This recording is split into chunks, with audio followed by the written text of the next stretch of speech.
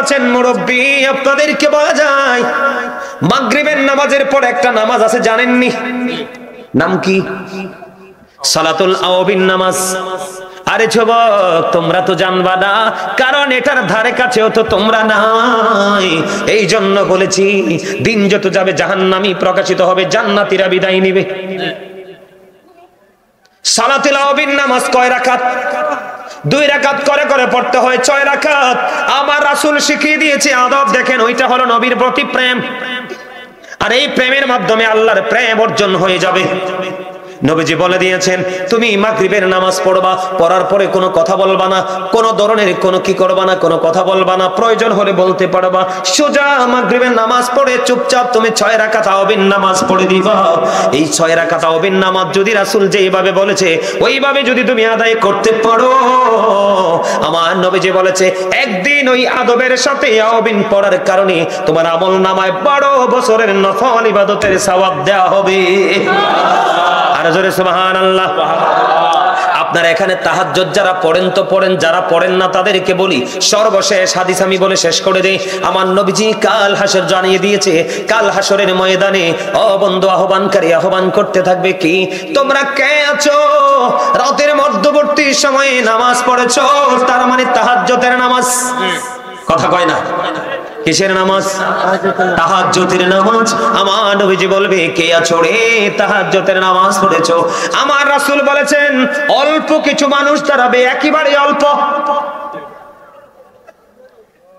একেবারে অল্প কিছু মানুষ দাঁড়াবে। দাঁড়াতে দেরি বন্ধু, সঙ্গে সঙ্গে ওই আহ্বানকারী বলবে, যারা তাহাজ্জুদ পড়নেওয়ালা দাঁড়িয়েছ, তোমরা বিনা হিসাবে চলে যাও জান্নাতে, আর বাকি তারা হিসাবের জন্য রেডি হও। কি বুঝতে পারলেন? তাহলে যেখানে যাবেন এখানেই আপনি সফল হতে চাইলে কাকে লাগবে? মদিনা ওয়ালাকে লাগবে। আরো জোরে বলেন, লাগবে কিনা? এখন আমরা যদি নবীকে দুরূদ পড়ি, নবীর দুরূদ পড়ি, আমরা বেদাতি কয়, আমার কয় না? আপনাদের এলাকায় বেদাত ফতুয়া দন্য লোক আসেনি? অমর খোদা হিয়া কিয়া কইতেছে, এনো আছে যেতে বলবে নবীর দুরূদ পড়লে বেদাত, আপনি বলবেন তুই আস্তা বেদাত। আমার কথা কয় না কেন? আমি বলি, এই বেদাত বেদাত।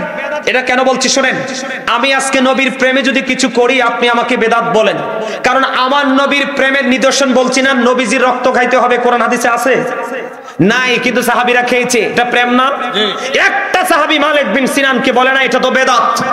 তাহলে ওই যুগে যেহেতু ওই বক্তব্য ছিল না, এই যুগে বক্তব্য প্রকাশিত হয়েছে, তার বক্তব্য শোনাও বেদাত। বুঝেন নাই? ওই যুগে যেহেতু নবীর প্রেম প্রকাশ করলে কোন সাহাবী একজনে প্রেম করলে আরেকজন বেদাত বলে নাই, তার মানে ওই সময় এই শব্দটা ছিল না। ওই সময় যেহেতু শব্দটা ছিল না, তুমি এই যুগে নতুন ভাবে প্রেমিককে বেদাতি বলে আখ্যায়িত করেছো, তুমি হলে আস্তা বেদাত। কথা কয় না কেন? আমি তোমাদেরকে বলি, জুম্মার দিনে কেউ যদি নবীকে ভালোবেসে মাত্র 80 বার দুরূদ পড়তে পারো, আমার নবীজি বলেছেন, আমার রাসূল বলে দিয়েছে, আল্লাহ খুশি হয় তার 80 বছরের সগীরা গুনাহ মাফ করে দিবে। তুমি তোমার বেদাতের প্যাকেট নিয়ে থাকো, আর আমি আমার নবীর প্রেমে দুরূদ পড়তে থাকি। সুবহানাল্লাহ বলে না কেন? দাইলামি শরীফের মধ্যে আসছে, হযরতে আনাস রাদিয়াল্লাহু তাআলা আনহু থেকে হাদিস বর্ণিত, ও বেদাত যারা ফতোয়া দাও, তোমাদেরকে ডেকে ডেকে বলছি, ও বেদাতের প্যাকেটওয়ালা, কি বেদাতের বাজারে যারা বাণিজ্য করছো, আমি তোমাদেরকে বলি চক্ষু খুলে হাদিস পড়ো। আমার নবীজি বলে দিয়েছে, কেউ যদি নবীকে ভালোবেসে প্রতিদিন মাত্র 1000 বার যদি দুরূদ পড়তে পারো, আমার নবীজি বলেছে সে জান্নাত না দেখা পর্যন্ত তার মরণ হবে না। এটা গন্ড মূর্খ। ইন্নাল্লাহা ওয়া মালাইকাতাহু ইউসাল্লুনা আলান নবী ইয়া আইয়ুহাল্লাযীনা আমানু সাল্লু আলাইহি ওয়া সাল্লিমু তাসলিমা। আল্লাহ যে দুরূদ পড়ে ফেরেশতাদের কিনা, তার প্রমাণ হলো কোরআন। সলিমউদ্দিনের ফলা কলিমউদ্দিন লেখাপড়া নাই, চটি বই পড়ে, আর যারে ভালোবাসে এত তো পচা ঈমান লইয়া ঘুরে, এতে যেটা ফতোয়া দেয় এটাই না পাবলিশ করে সার্ভিস দেয়। ঠিক কিনা বলেন? এগুলো শোনা যাবে না। নবীর ইজ্জত যত ছোট করবেন আপনাকে গজব তত গ্রাস করবে। কি করবে? আমি আপনাদেরকে বলি, ইন্নাল্লাযীনা ইউযুনাল্লাহা ওয়া রাসূলাহু লা'আনাহুমুল্লাহু ফিদ দুনিয়া ওয়াল আখিরাহ ওয়া আ'আদ্দা লাহুম আযাবাম মুহিনা। আমার আল্লাহ বলেছেন, আল্লাহ এবং আল্লাহর রাসূলকে যারা কষ্ট দেয় আল্লাহ তাদেরকে দুনিয়া আখিরাতে অভিশপ্ত করেছেন। ওয়া আ'আদ্দা লাহুম আযাবাম মুহিনা, তাদের জন্য ভয়ঙ্কর সাজা বরাদ্দ রেখেছে। আমার নবীর প্রেমে আমি দুরূদ পড়ছি, আমি তো আমার জন্য করছি না, নবীকে ভালোবেসে করছি।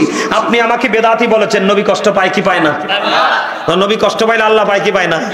একটু আগে যে বুখারী মুসলিম শরীফের হাদিস মনে আছে, আল্লাহরে নবীকে মানলে আল্লাহ মানা হয়ে যায়, নবীকে অমান্য করলে আল্লাহরও মান্য করা। তাইলে আমি তো নবীকে ভালোবেসে দুরূদ পড়ছি, যে দুরূদ আমার আল্লাহ পড়েছে। তুমি কে আমাকে ফতোয়া দেওয়া? তুমি আমি প্রেমে পড়ে নবীকে দুরূদ পড়ছি, তুমি এইটা চোখে দেখো নাই, বেদাত চোখে দেখছো। তার মানে কি তুমি নিজেই একটা বেদাত। কথা কয় না কেন? আরো জোরে। এই আপনারা অনলাইনে দেখছেন কিনা জানি না, গাজীপুরে, কোথায় গাজীপুরে এক লোক নবীকে ভালোবেসে এক যোগের উপরে হয়ে গেছে, ভাত খায় না, খেজুর খায়। আপনি কি তাকে বেদাতি বলবেন না প্রেমিক বলবেন? প্রেমিক না? আমার নবীকে ভালোবেসে সে খেজুর খায়, খাক না, থাকতে পারলে থাক না। এক একজনের প্রেমের প্রকাশের নমুনা এক এক রকম। সুবহানাল্লাহ বলেন। আরো জোরে। ছোট্ট একটা হাদিস বলি, নবীর সাথে বেয়াদবি করেছে আলী রাদিয়াল্লাহু তাআলা আনহু থেকে হাদিস বর্ণিত। নবীজি বলেছেন, ক্বালা মান সাব্বা নাবিয়্যা ফাকতুলুহু ওয়া মান সাব্বা সাহাবী ফাদরিবুহু। আমার নবীকে যারা গালি দিবে, নবীর ইজ্জতের চাদর ধরে টান দিবে, তোমরা যদি উম্মত হও তাকে হত্যা করে ফেলো। কি করে ফেলো? আমার নবীর সাথে বেয়াদবি করলে আপনি বলেন স্লিপ অফ টাং, আর আমি প্রতিবাদ করলে আপনি বলেন কি আমি গীবত করি। গর্দবের ঘরের গর্দব, প্রতিবাদও বুঝে না, গীবতও বুঝে না। ঠিক কে বলে? কি আপনার আমার কথা কি ব্রেনে ঢুকে? আরো জোরে বলেন ঢুকে? এদিক তাকান, বুখারী শরীফের হাদিস। একটু বিরক্ত হয়েন, একটু শোনেন, আপনাদের ঈমানকে মজবুত করার জন্য। এগুলো শুনলে আপনার ঈমান কোনোদিন কোনো চুরি নিতে পারবে না। বুখারী শরীফের মধ্যে আসছে একজন খ্রিস্টান, সে তার ধর্ম ত্যাগ করে মুসলিম ধর্ম হয়েছে। যুবক তোমরা শোনো, মুসলমান আমাদের ধর্ম গ্রহণ করেছে, গ্রহণ করার পরে এবার সে সূরা বাকারা সূরা আলে ইমরান তেলাওয়াত করেছে। কি করেছে? সূরা বাকারা সূরা আলে ইমরান তেলাওয়াত করেছে। নবীজির ওহী লেখার দায়িত্ব সে পাইছে। কি? আমার নবীর ওহী লেখার দায়িত্ব সে পাইছে। খেয়াল করেন, মুসলমান হয়েছে, সূরা বাকারা সূরা আলে ইমরান লিখেছে, পড়েছে এবং নবীর ওহী লেখার দায়িত্ব পাইছে। একদিন সে কি করলো? আপনার এই ধর্ম ত্যাগ করলো, ত্যাগ করে এবার তার ধর্মে ফিরে গেল। যাই আবার কি করতেছে দেখেন, কতটুকু বেয়াদবি করলে আপনি কুফরি করে ফেললেন, আপনার ঈমান চলে গেল। কতটুকু একটু খেয়াল করে বোঝানোর জন্য হাদিস শরীফটা বুখারী শরীফের মধ্যে আসছে। তখন তিনি কি করলেন? তার ধর্মে ফিরে গেল। তার ধর্মে ফিরে যাই আবার বলতেছে যে নবী মুহাম্মদ কিছুই জানতো না, আমি যেইটুকু লিখে দিতাম শুধু সেইটুকুই জানতো। আওয়াজ তুলে কর নাউজুবিল্লাহ। তাইলে এইটা কি নবীজিকে ছোট করা হইছে না বড় করা হইছে?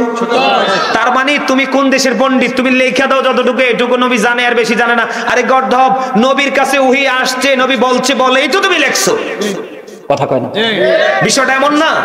তো সে বলতেছে নবী মুহাম্মদ কিছুই জানে না, আমি যা বলতাম শুধু তাই লিখতো, আমি যা লিখে দিতাম তাই শুধু বলতো। নবী মুহাম্মদ কিছুই জানে না।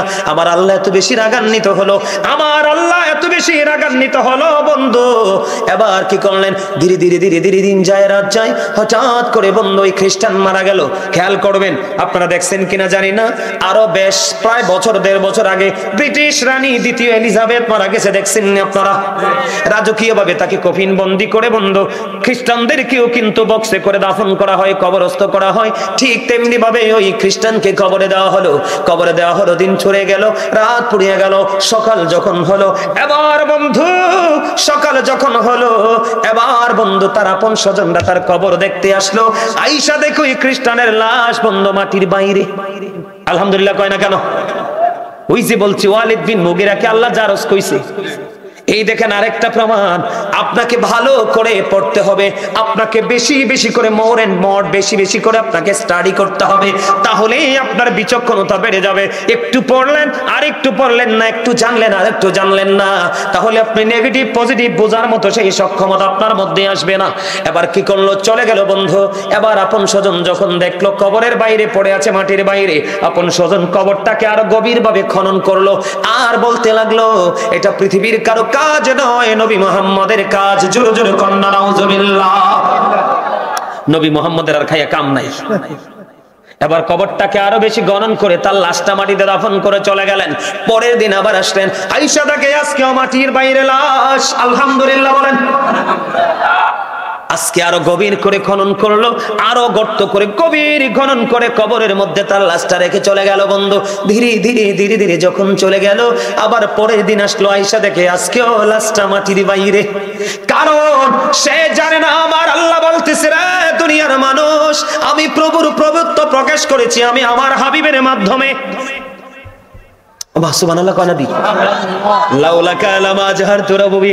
আমি যদি আপনাকে প্রকাশ না করতাম, আমি প্রভুর প্রভুত্ব প্রকাশ হতো না। তার মানে আমার স্রষ্টা তার নিজের পরিচয় প্রকাশ করেছেন সৃষ্টির কাছে আপনার আমার প্রাণের নবীর মাধ্যমে। আপনি এখনো বুঝেন না আমার নবীর শান কত। যেখানে ফরজ আছে সেখানেই সুন্নাত আছে, কথা কয় না কেন? যেখানে আল্লাহ আছে সেখানেই আল্লাহ রাসূল আছে, যেখানে জিকির আছে সেখানেই নবীর দুরূদ আছে। কালেমা পড়তে যান, যেখানে লা ইলাহা ইল্লাল্লাহ সেখানেই মুহাম্মদ রাসূলুল্লাহ। আপনি জুদা করার কে?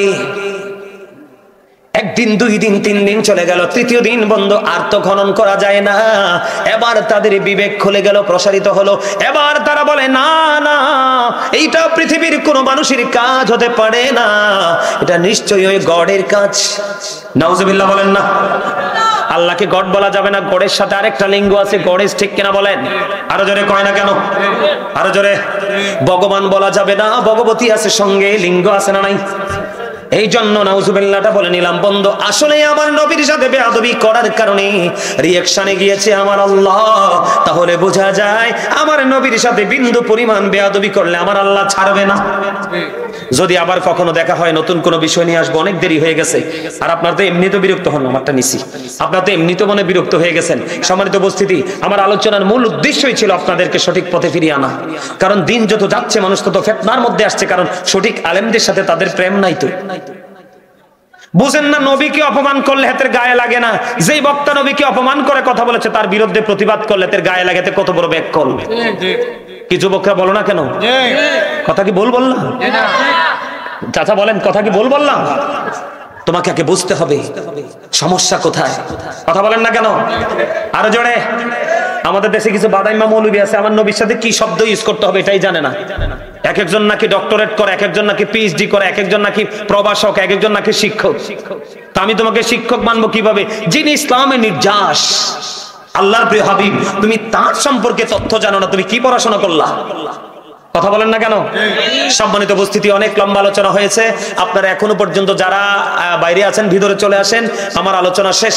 আমি আপনাদেরকে বলবো, সুদ খাবেন না, ঘুষ খাবেন না, পরনিন্দা করবেন না, গীবত করবেন না। এগুলো যদি ছাড়তে পারেন তাহলে নবীর প্রেমিক, আর এগুলো যদি ধরে রাখেন তাহলে নবীর প্রেমিক না। সম্মানিত উপস্থিতি, আবার যদি কখনো কোথাও দেখা হয় নতুন কোনো বিষয় নিয়ে হাজির হব। আল্লাহ আমাদের সবাইকে কবুল করে নিক, সকলে বলেন আমিন। আমার আলোচনা যদি কষ্ট পেয়ে থাকেন আল্লাহর রাস্তায় ক্ষমা করে দিবেন, আর যদি ভালো লাগে আমার আলোচনার উপর ভিত্তি করে আমল করার চেষ্টা করবেন। এই আমি বলি, মাহফিল কমিটি আপনাদের জন্য তাবারুকের ব্যবস্থা রাখছে। কি রাখছে? কথা বলে না। কিসের ব্যবস্থা রাখছে? আপনারা কি সবাই একটু তাবারুক নেবেন? আপনাদেরকে তাবারুক দেওয়া মানে আপনাদেরকে সম্মান করা, এটা একটা রাসূলের সুন্নাহ। এটা কি? ইবাদতের শেষে যা খাওয়া হয় এটাকে বলা হয় তাবারুক, ঠিক কিনা বলেন? আপনারা যারা এই নাক বরাবর যুবক ভাইয়েরা, আপনারা ভিতরে চলে আসেন, সবাই আসেন, সবাইকে কাতারবদ্ধ হতে হবে, ভিতরে চলে আসেন সবাই। এই যারা এখনো পর্যন্ত বাইরে আছেন, একটা লোককেও কিন্তু, এই আপনারা উঠছেন কেন? আমি সিস্টেম করবো, তোমরা সবাই বসো। এই আপনি এদিকে আসেন। হ্যাঁ করবারে, কত কাম বাকি আছে।